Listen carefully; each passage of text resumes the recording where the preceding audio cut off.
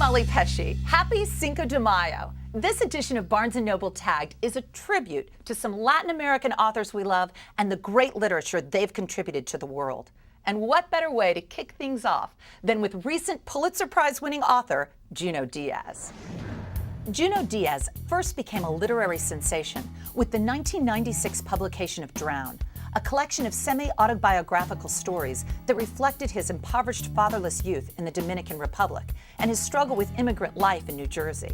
And for over 10 years, readers ached for more from Junot Diaz. And he really gave it to us with the Pulitzer Prize-winning first novel, The Brief, Wondrous Life of Oscar Wilde. Junot Diaz, welcome to Barnes & Noble Tag. Thank you so much for being here. Thank you for having me. Thank you. Tell us about The Brief, Wondrous Life of Oscar Wilde. I know, the title is almost impossible to remember. No, but I love it. It's really good. I don't know if I like it, but I'm glad glad it's figured out. Yeah, it's a book about this Dominican family, the family Cabral, that lives in New Jersey that may or may not be cursed, a terrible curse. And it's about their son Oscar and his search for love, which may or may not be impossible because of this curse. And that's what the book is generally about. Now you grew up in New Jersey, Dominican family. Is it semi-autobiographical? I mean, are there parts? Do you have some section that was really something that happened? No. This is probably the least autobiographical thing I've ever written. The sets are all taken from my life, but all the characters are invented. The only real character is actually this talking mongoose that appears in the book, because my mother is convinced as a child that a mongoose talked to her. So that's it. The make-believe character is real. So the only real I like that. Yeah. The characters, a lot of them in the story, especially Oscar, speaks kind of this geeky lingo. Well, tell us about that.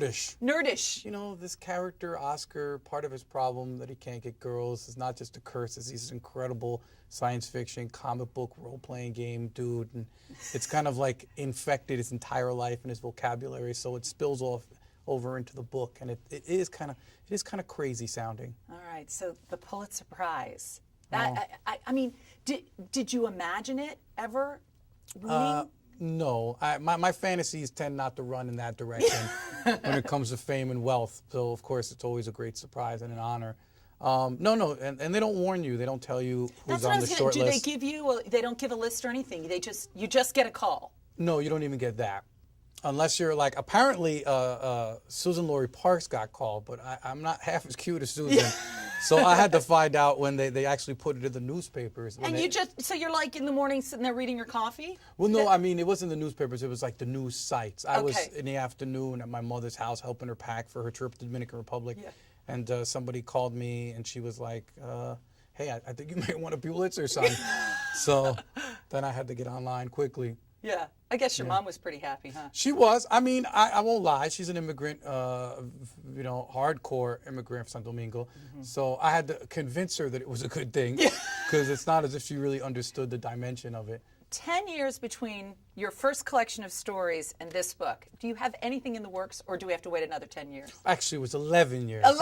I want my extra year back. Of work, right? Yeah, man. I'm trying to write this novel that I abandoned about 8 or 9 years ago. Mm-hmm. It's sort of my end of the world, crazy Dominicans as psychics kind of nonsense. You know, I'm sort of glad that I won this prize now, because there ain't anything I'm writing afterwards that'll be win anything. So the pressure is off. Well, yeah, now I can write about werewolves and stuff, which is really my secret dream. Yeah. And people will actually say it's brilliant. That's the good news. Again, highly doubtful, but thank you. All right. Thank you so much. No problem. Junot Diaz, great book, and we're just thrilled that you visit us here at Barnes & Noble Tagged. Great. Thank you for having me. Our next tag, The Night Buffalo, comes to us from a writer born in Mexico City. In this book, award-winning, internationally acclaimed writer Guillermo Arriaga weaves a luminous, insightful story of love and friendship, passion and betrayal, and mental illness. Bogota-born Laura Restrepo is the best-selling author of several prize-winning novels, such as Leopard in the Sun. Her most recent work, Delirium, is a remarkably nuanced novel, both a gripping detective story and a passionate, devastating tale of eros and insanity in Colombia. Today, we've also tagged some wonderful works of nonfiction, both of them by Chilean-American author Isabel Allende, who is perhaps best known for her debut novel, The House of the Spirits. Allende has delved into her own life with several memoirs, including My Invented Country, a nostalgic journey through Chile, and the acclaimed Paula, that told the story of her tumultuous life in the form of a letter to her beloved, recently deceased daughter. The follow-up, The Sum of Our Days, picks up the story where the previous book left off, in the guise of keeping the spirit of Paula informed on the goings-on in her noisy, exuberant, sometimes tragic extended family.